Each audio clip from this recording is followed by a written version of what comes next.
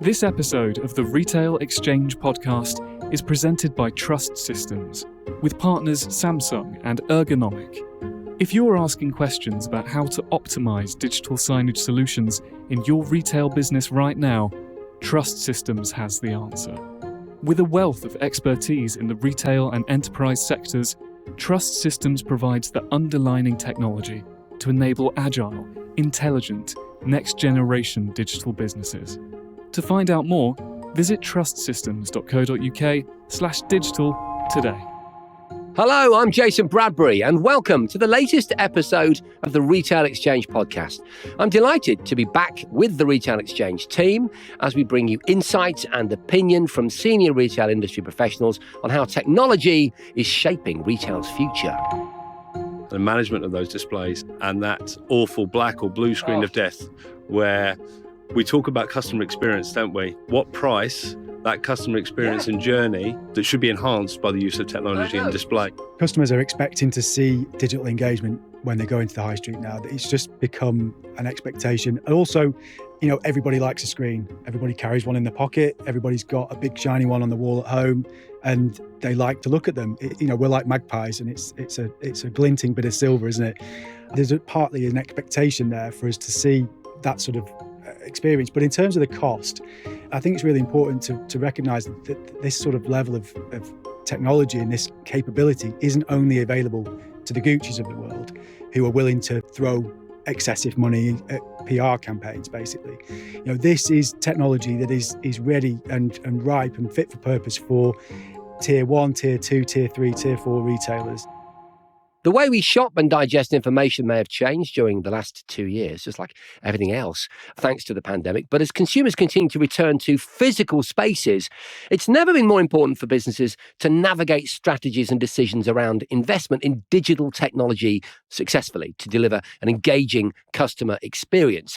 So in this, the first of a two-part special exploring innovation in digital signage technology, I'm joined by companies who know a thing or two about what it takes to create a blueprint for success for anyone wanting to think big and do better.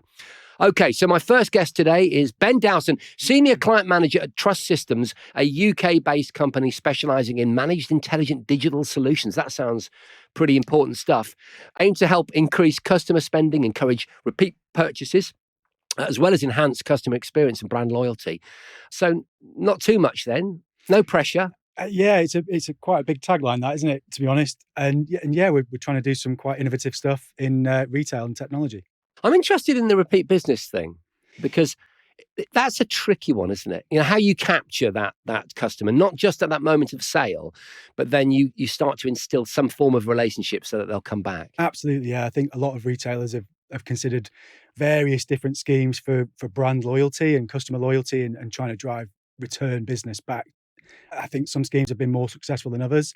There's a club card out there that does pretty well in generating interest and reward to drive footfall back into the store. But I think that there's definitely more that some other businesses can do to try and innovate and digitize and sort of look towards the future and excite customers and thrill them and delight them so they want to come back, not just out of obligation, but out of choice. I love that idea. I really do. I have a theatre background, like you wouldn't know, with this ridiculous voice and these ears. And I love the idea of retail as theatre. And I think that's where we need to go, isn't it? Well, yeah. We're going to compete with online, really, really efficient overnight delivery from certain services that will remain nameless at this point. You get on the app, you order it, the product arrives the next day. Great. So retail, as in the physical space that I mentioned in my opening, has to be something else, doesn't it? It has to be a theatrical experience. It has to be exciting and engaging. And, if you want to get somebody to get in the car, drive into town, pay the congestion charge, pay car parking fees, then once they get into your bricks and mortar store, you've got to give them some fun, a good time and a good experience that they can hold on to and tell their friends about and obviously want to come and experience it all over again. So you mentioned digitization Yeah. And innovation. These are phrases that we toss around a little bit. Could you tell me specifically in that context what you do at Trust so that people can have a better idea? Because I know what you do, but just to describe to our listeners what you're all about. Yeah, absolutely. So Trust are, I guess, a managed service provider these days. We've evolved over the years, as most technology businesses have, from selling tin hardware and point solutions into delivering services. So infrastructure as a service, software as a service. And Trust have got a really good legacy of managing intelligent networks. So essentially, that is your Wi-Fi. So when you go and you're trying to run a retail operation, your tills work, your handheld devices around the store work, your back office computers work, and the network is reliable, resilient, and it stands the test of time. So that's kind of what we're born out of. And then once we're sort of engaging with clients and we're delivering managed networks, we try and look at how we can encourage them to sweat the asset, to make the most of what technology they do have by pairing it with collaborative devices, if you will, and digital devices now that can enhance that retail experience. You know what? I'm actually excited by what you just said. So you might not know this of me, Ben, but in my other life, I'm a bit of a futurologist. So I'm pulled into these cool events. Like most people would that aren't familiar with what I'm about would equate it to sort of like those the events that you go to, the NEC or wherever, and you get speakers that come on. So I'll come on and I'll kind of project 10 years hence using exponential growth models and things that have a bit of tangibility. But one of the things I often talk about is in the future stuff's going to work. And it's a simple concept, but we are the kind of humanities beta testers, aren't we? Absolutely. We're the digital natives. They talk about my son's generation, he's 14, as the digital natives, but really we're the ones that went out and we left the tribe and we went out into the wilderness and we found new experiences. And we had a lot of negative ones, unfortunately, didn't we? In the early stages, because obviously things take time to bed in, and I think some solutions were released into the marketplace before they were ready, and I think that unfortunately the end user, the consumer, had some negative experiences with tech that didn't work and was unreliable and promised the earth and delivered not a lot. And so I guess 10 years ago, digitization in retail led to a lot of disappointment, lack of success in plans and ideas, and therefore people got nervous. From a retailer's perspective, they got nervous about implementing these sorts of solutions and technologies. Before you go to but, when you say but now, I want to stay with that a little bit. I want to just tune everyone in to what we're talking about here. Do you remember when we were all supposed to be getting marketed via Bluetooth? And the concept was that we'd walk down Oxford Street or wherever, and a little beacon would draw us in. What's that sort of Greek myth concept being brought onto the rocks? Sirens. The sirens. But it never really transpired, did it? No, absolutely not. And I think that people underestimated consumers' choice, and people don't want to be hoodwinked into a retail experience. They want to go somewhere because they've chosen to, and they see the merits in being there.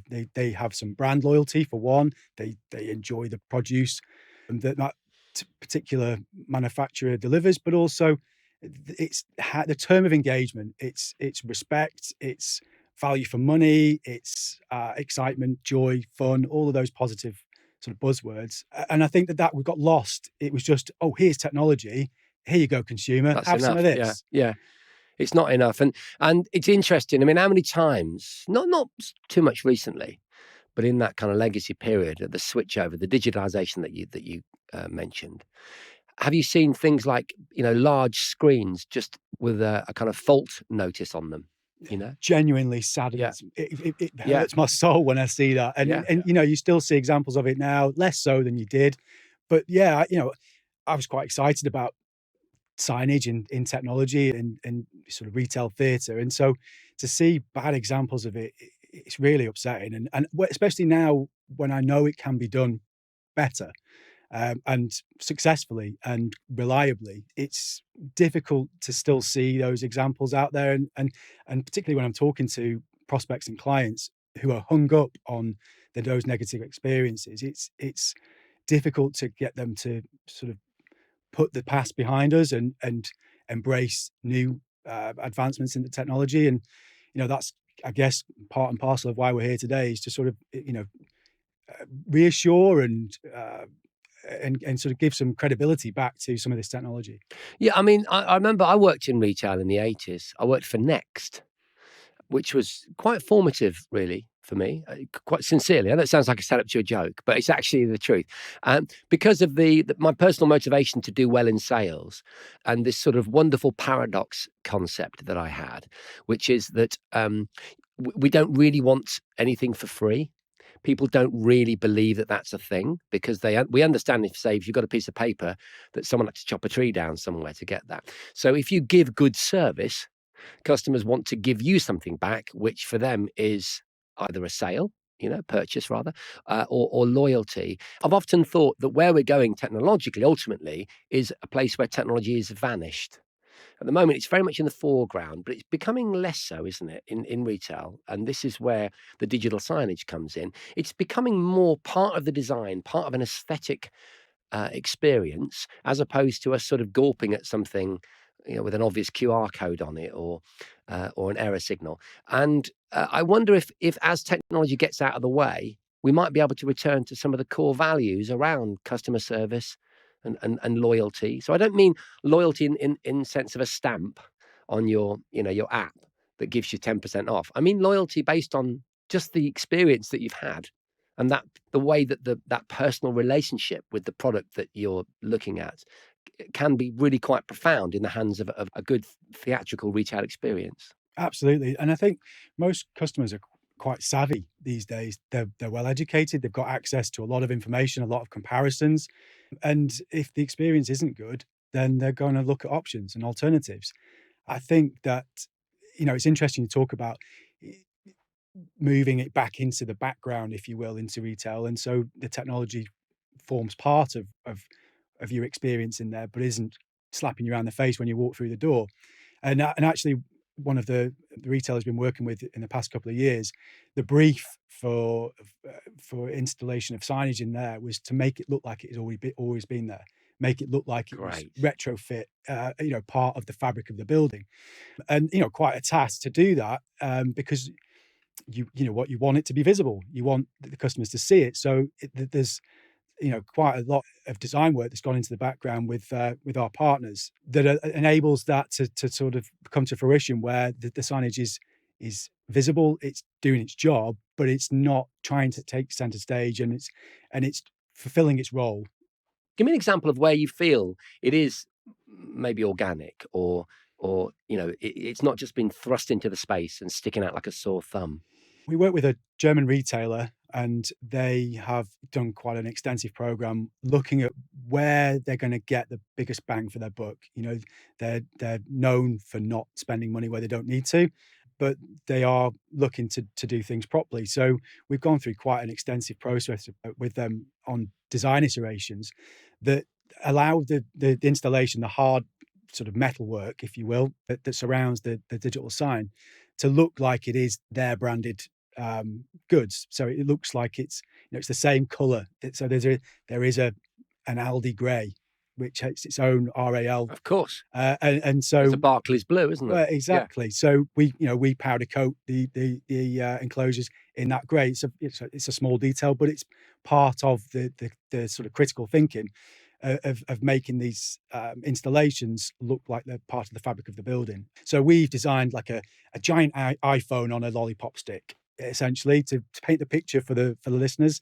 There are a couple of options, actually, because in a German supermarket, you've got the entrance lobby where we have an installation, which is the lollipop stick in the floor, sort of rounded iPhone case style body. So it's in keeping with other examples of signage out there in the world, but it's got Aldi's own take on it. It's got their logo embossed on the side. It's got their color. It looks like it's part of the store, part of the rest same of the the metalwork for the windows. It's the same sort of look and feel. And then they've got another installation around their packing benches, which is a really intelligent place to put it.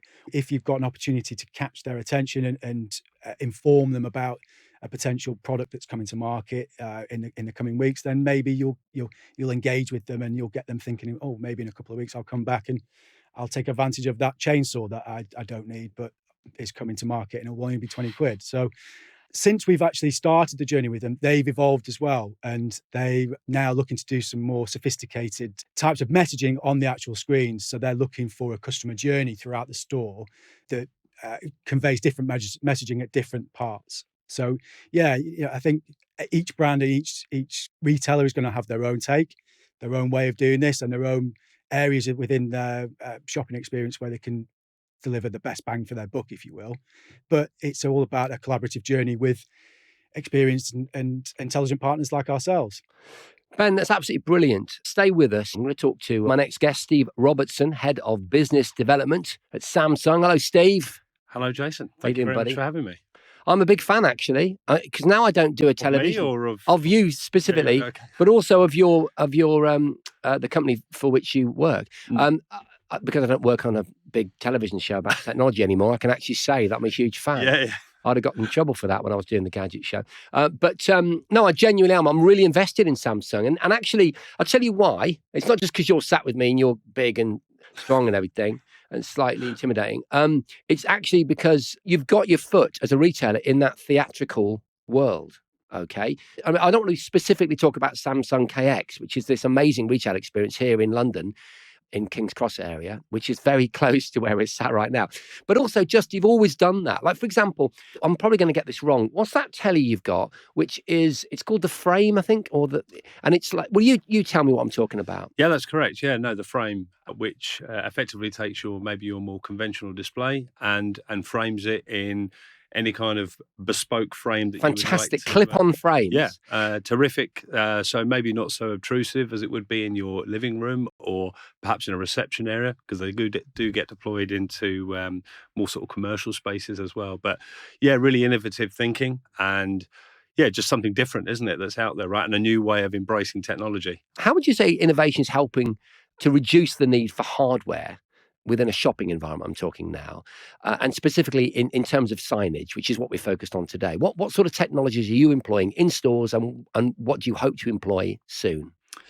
My responsibility is primarily on the display side of the business. But of course, we do have very close connections with our mobile side of the business as well, which is hugely prominent. And of course, our consumer electronics. Working with partners such as Trust, of course, we're able to deploy. Deploy? Yeah, let's go with deploy. I'll correct myself there. You could have gone with deploy, but I could the have thing is, no, but it's so haggard as a phrase. Yeah. So I'll use deploy. That. Yeah. In fact, this podcast now will exclusively use the word deploy whenever deploy would ordinarily be chosen. Well, I think I feel I've given something. You have. It's quite the contribution. That's a legacy right there. Yeah, Sorry, quite right. Please carry on. No, that's great.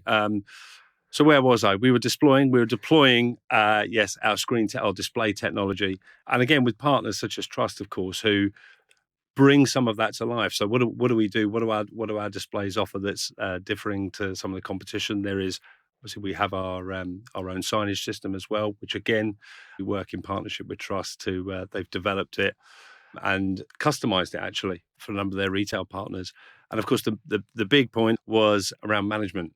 The management of those displays, and that awful black or blue screen of death, where we talk about customer experience, don't we? What price that customer experience and journey, that should be enhanced by the use of technology. I know. Display. So you've done that, like as Ben said, you've done the congestion charge, you've done the parking, or whatever it is that you've done.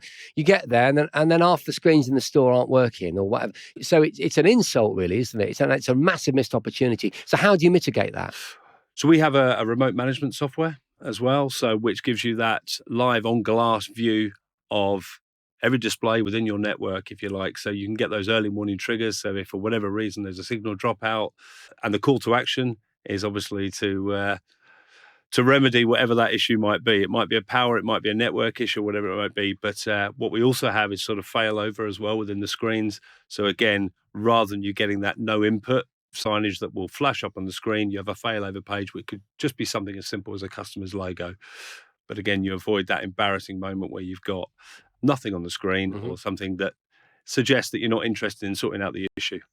What sort of content are you serving up, and where is that content coming from? Is it the customer that supplies the content, or is that part of the management system that you offer?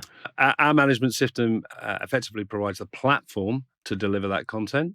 And then we're working with, again, companies such as Trust to really and the various agencies and creative agencies that they work with to produce the content as well. And of course, that's all in line with brief and retailers' guidelines as well. And I guess it brings me on to like another point, which for our technology, which is absolutely critical, and it's spoken about a lot, but how do you get that continuity from your website delivered into your store? How does that? What process does it go through to become what process ready? does it go through? Ready. And is it actually, has the retailer, have they devoted enough time to ensuring that you have that continuity as well? Because that, again, really leans into the customer experience, doesn't it, as well? And the brand presence. As the sort of service provider, we engage with the client and with the digital advertising agency to manage their content for them. So we provide a full service, including the sort of hardware management and monitoring, field support. We also deliver this dynamic content management. So we have a sort of triangular relationship with the content development house and the client, where sign images, assets, they call them, come over to us, we review them, test them, sign it all off and approve it, and then we deploy that out to store as a part of a sort of schedule. We also have the capability, thanks to Samsung's technology, to do instant updates and reactive messaging, and so we can interrupt a more long-term marketing plan with up to the minute, reactional messaging. So if some scenario happened and there wanted to be some kind of public messaging, we can facilitate that through an emergency change. We've done things like bespoke messaging for the Olympics, for the World Cup. We've done some stuff recently for the passing of Prince Philip. There was a sort of 10-minute window. They wanted to send out a public message literally within that 10 minutes, and then it would revert back to traditional messaging. And so we were able to facilitate that, and it went across 800 stores seamlessly. So what you're saying is you're starting to become the arbiter of content, like you're a content creator. That's really interesting to me. And the emergence over the last 2 years in terms of things on demand, we're going to start to have far more of a presence, actually those sort of digitally native companies as well, who are now taking a really active look at what they do in bricks and mortar, actually, and what their presence looks like. So going back to that point I was making about that kind of continuity between your online presence, where some of these companies are extremely strong, and that's been their business model and where they've built their brand. How does that then translate into conventional, traditional bricks and mortar retail as well? Really interesting. There are some standout brands actually that are doing things in that space. I don't know if you are aware of what Gucci are doing. So that's a really interesting brand to me, because it's so unattainable for most people, and yet they have this real brand awareness with lots and lots of young people, and it's because they embrace a certain approach to social media, and they use characters like, who's that young lad that's really into trains and he became a bit of a star in lockdown on Instagram? Have you seen him? Francis something, isn't it? Yeah. And he's amazing, and he's famous literally because he's so enthusiastic. And I think during lockdown, we wanted joy, didn't we? In fact, I think we've got an appetite for humanity now that we hadn't had, that we certainly didn't have 2 years ago.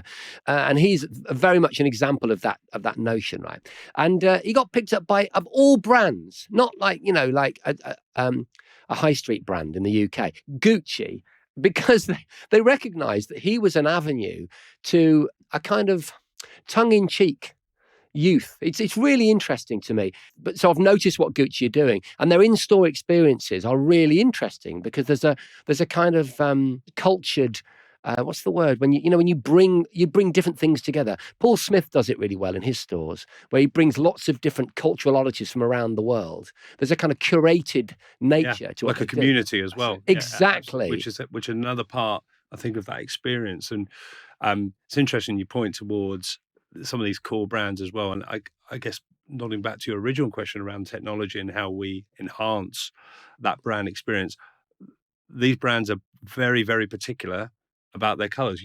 We mentioned that German retailer who have a specific rail colour of grey. the display needs to be capable of delivering on that as well. So, so the RGB thing is very different to the print version of that colour. Massive, absolutely huge. So, some of your cosmetics companies will drill down into that finite detail because that look is absolutely everything to them. So, just another way, I guess, where you go through that consultative process and choosing the right technology, which is, as I say, where we work. And with that partners, just trust. Yeah, that signage has got to be so flexible. You've just completely opened us up to that with that discussion. This notion of real-time content and messaging that's really, really interesting. Let's park it there. Steve, thank you so much. Don't move though. Stay with us. This episode of the Retail Exchange podcast is presented by Trust Systems with partners Samsung and Ergonomic. With a wealth of expertise in the retail and enterprise sectors, Trust Systems designs, deploys, and manages integrated network and digital solutions. Underlining technology that enables agile, intelligent, next-generation digital businesses. Our managed digital signage solutions are just one example of how Trust not only provides the what, but also the how, bringing the necessary elements together to ensure your technology deployment goes above and beyond. If you're asking questions about how to optimize digital signage solutions in your retail business right now, Trust Systems has the answer. Visit trustsystems.co.uk/digital today to learn more. That's trustsystems.co.uk/digital. Now, I'd like to bring Chris Dewar, Key Account Manager at Ergonomic Solutions, into the conversation. How are you doing, Chris? Very well, sir. Thank you for having me. My absolute pleasure. So the pandemic hit physical retailers as well as hospitality and leisure venues, and it hit them where it hurts, in the till. With doors now reopening across the globe, there will be no shortage of contactless taps.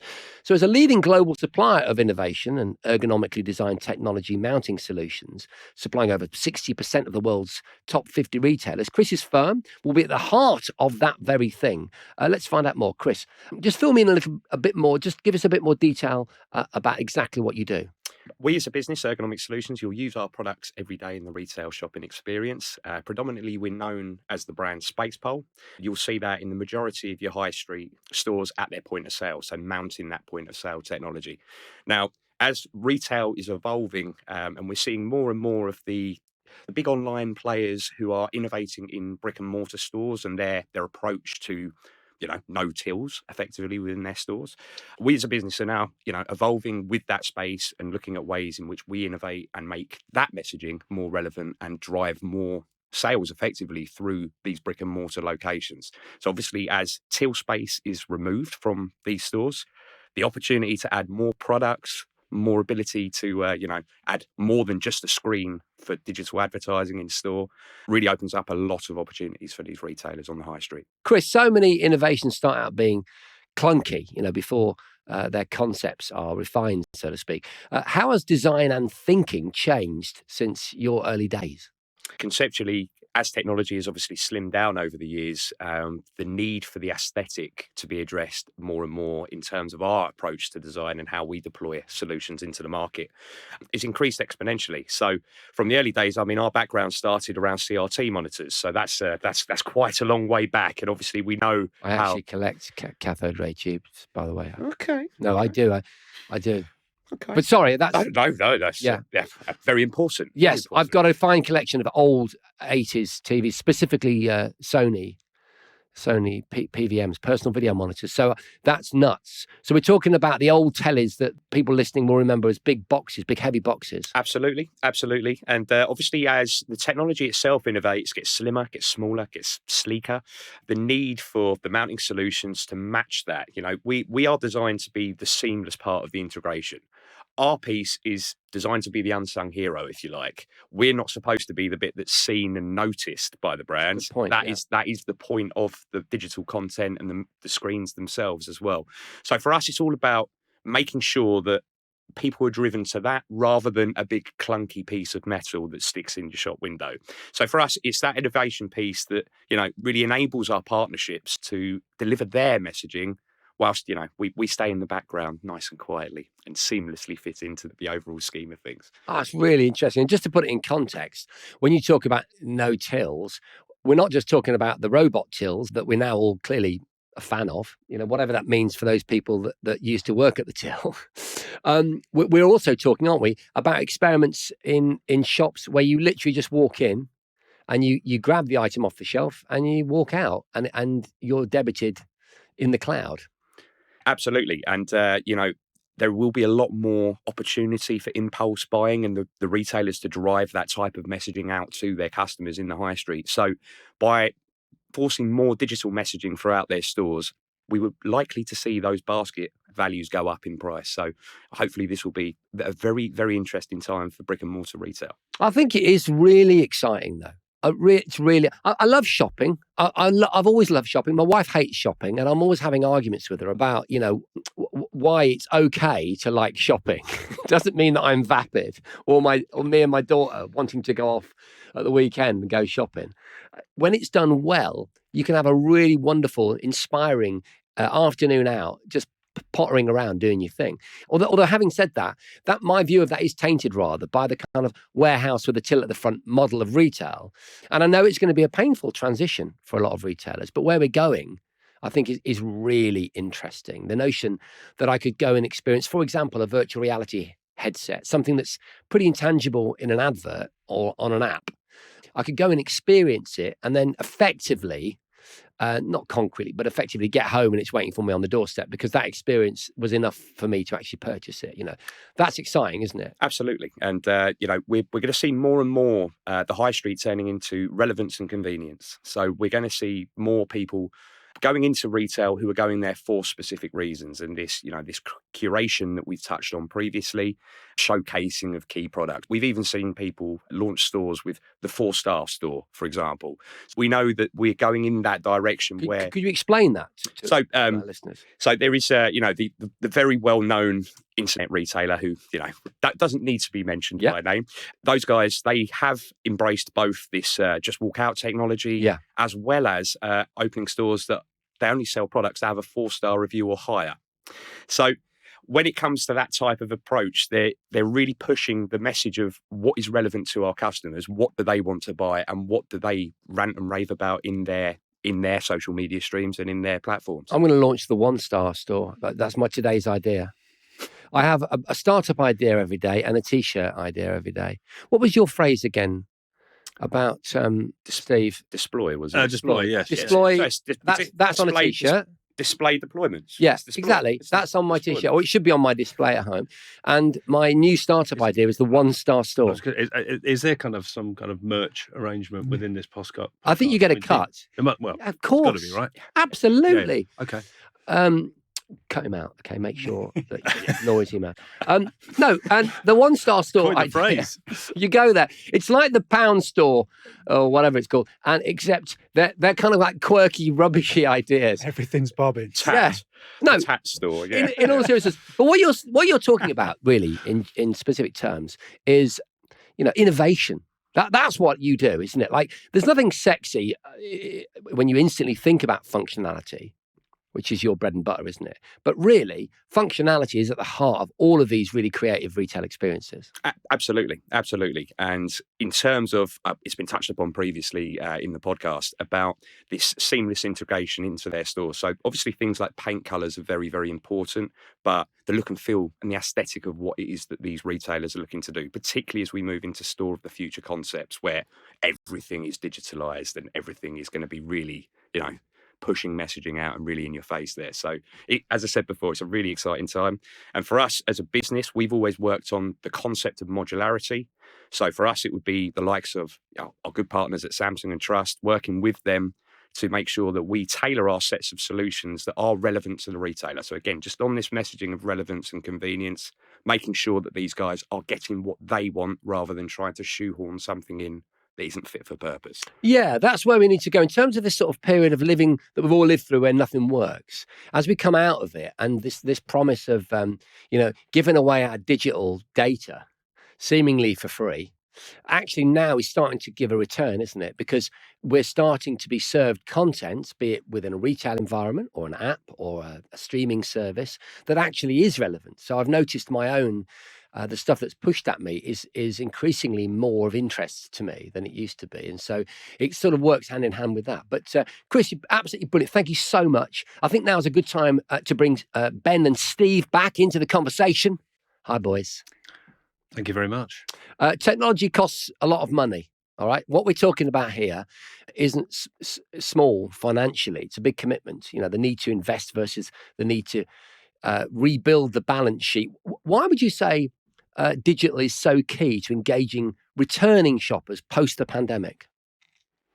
Customers are expecting to see digital engagement when they go into the high street now. It's just become an expectation. And also, everybody likes a screen. Everybody carries one in their pocket. Everybody's got a big shiny one on the wall at home, and they like to look at them. It's become, we're like magpies, and it's a glinting bit of silver, isn't it? And so I think, there's partly an expectation there for us to see that sort of experience. But in terms of the cost, I think that's a really interesting point to sort of consider. And you mentioned before about Gucci doing some really exciting, innovative things in retail, and I think it's really important to recognize that this sort of level of technology and this capability isn't only available to the Guccis of the world, who are willing to throw excessive money at PR campaigns. Basically, this is technology that is ready and ripe and fit for purpose for tier 1, tier 2, tier 3, tier 4 retailers. You just got to try and find your own flavor of what's available and tailor it to your requirements. So, Samsung have got a range of products. They've got super high bright 24/7 running kit that will, you can plumb that in and it'll last for 5 years and it'll never fail. Obviously, you pay a premium for that. But Samsung have got some other solutions that are probably more accessible and certainly more tailored and suitable for retailers who are doing some less sophisticated marketing campaigns. So, and it's our job as a systems integrator, as a managed service provider, to find a solution, wrap it up in the right package, and make it accessible for all of our prospects and clients. Yeah. Chris, I just want to ask you about the notion that, integrating digital into a new store concept is one thing, when you've got a clean sheet of paper. But what are the challenges when it comes to retrofitting digital into legacy stores? It's tricky. My favourite question, and this is something that I spend a lot of my time on behalf of our good partners working with the end user customers to resolve. So you mentioned a good one there in relation to independent retailers. So we'll see people take over old pubs, for example, and turn that into a retail store. We see all sorts of different buildings be taken over. So therefore it does create its own set of challenges. What we bring to the table in relation to that is our expertise of knowing the best place to position X screen from one, a safety perspective, and two, an engagement perspective. So it offers that best value from an investment perspective of the content management system and obviously the hardware that goes with that. So for us, the big challenges can obviously be around where in the store is the best footprint for that. So particularly independent is a good one to talk to about that, because if they're owning their own store, they want that footprint on the floor to be used to be selling. So when it comes to, whether these are wall mounted, in window, outdoor, we're seeing more and more sort of outdoor requirements for, even things like electric vehicle charging in car parks. Absolutely. So all of these type of messagings that, as we keep progressing through the 21st century, sir, we'll see these type of things become more relevant, and we've got to get that messaging out there in order for that to happen. Let's progress then. My final question, right? So no one has to have a crystal ball here, but I'm really excited because I've got you three in here to find out where you think we're going. So let's first of all talk about the next 2 years, and then we'll go a little bit beyond that. I want to know what I'm going to see in the physical retail space of the next 2 years. So in 2 years' time, what's going to be different about it? So I won't speak on behalf of Samsung because Steve can do that, but I know that looking at their technology and looking at things like LED video walls, they're becoming more accessible, more reliable, and I can quite clearly see in the next couple of years there'll be whole sides of buildings which will just be a digital screen, because previously, they were millions, tens of millions of pounds of installation, whereas now you're coming into the hundreds of thousands, and that just opens it up for It's scalable. everybody. It's scalable as well, isn't it? That screen that you do at Samsung, that it's those square panels and you pop them together. So you can effectively start with, I don't know, 1, then 4, then 32, Yeah, no, absolutely. I think Ben's absolutely right in terms of how attainable that technology is now from a cost perspective. I think as well, the way that retailers will potentially look at how they position their budgeting as well for the investment in that type of technology. Is it that initial big outlay from a CapEx, or can they look to do something over maybe a 3-5 year period? And then, because this technology, as we're talking about, you're talking about a 2-year period and what is going to come. We've seen the emergence, haven't we, of things like the metaverse, AR, VR. It is now, I mean, it's going to revolutionize things without question, and how that then integrates into the technology and the solutions these guys are delivering as well. One of my specialist areas is VR and mixed reality. Yeah. And I'll tell you something I found really interesting is that I've talked for many years at the events that I talk at about the metaverse, and people have just gone, wow, that sounds amazing, until recently, because it's becoming so more real with the likes of Facebook changing their name to Meta and Zuckerberg making a bid for one of the kind of a land grab, if you like, of the future metaverse. People are getting really upset about it. They're getting really emotionally engaged. And the only thing I can conclude is because it's becoming so much more likely to happen. Yeah. Chris, I'm going to give, I think you're well up for this task. I want you just to sketch out maybe 5 years hence. So 5 to 8 years hence, where we've got the kind of Apple glasses or the Samsung glasses based on our company here, and and the Meta Cambria, as they call their secret project, or whatever it is that we've got. So I'm bringing a display with me into the store. What's the store going to be like? That's a very interesting question. There is a lot of uncertainty around things like the metaverse. I actually visited the Samsung store in the metaverse in Decentraland the other day. So I have some first-hand experience. How cool! Taking a look around these sort of things. And the way that it's going is mind-boggling for me for now anyway, being a complete technophobe.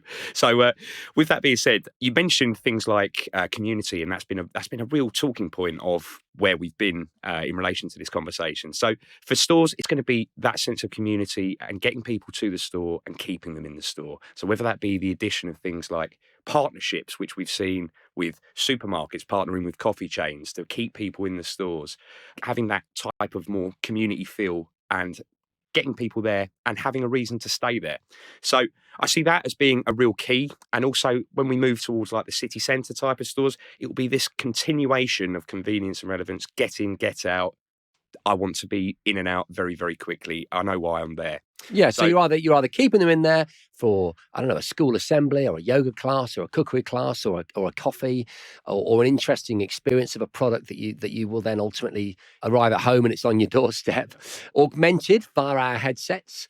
With layers, but not in some horrible sort of drug-induced sense, very much mixing the real social face-to-face nature of retail that's ultimately not going to change, but just adding a little bit of a layer so that you've got that information. Look, it is mind-boggling, but thank you so much, Ben, Steve and Chris, for giving us a little bit of a way of navigating through all of this fascinating stuff. It's been an absolute pleasure to sit down with you. A fascinating conversation. Thank you, gentlemen.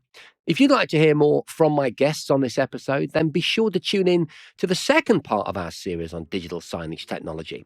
In that episode, I'll be coming to you from none other than the Samsung KX concept, which we've mentioned a couple of times during this chat in London's Coal Drops Yard for an in-depth roundtable discussion featuring Trust Systems, Ergonomic Solutions, and, of course, Samsung, as we explore the emerging trends, challenges, and innovations in digital signage in much more detail. Until then, I've been Jason Bradbury.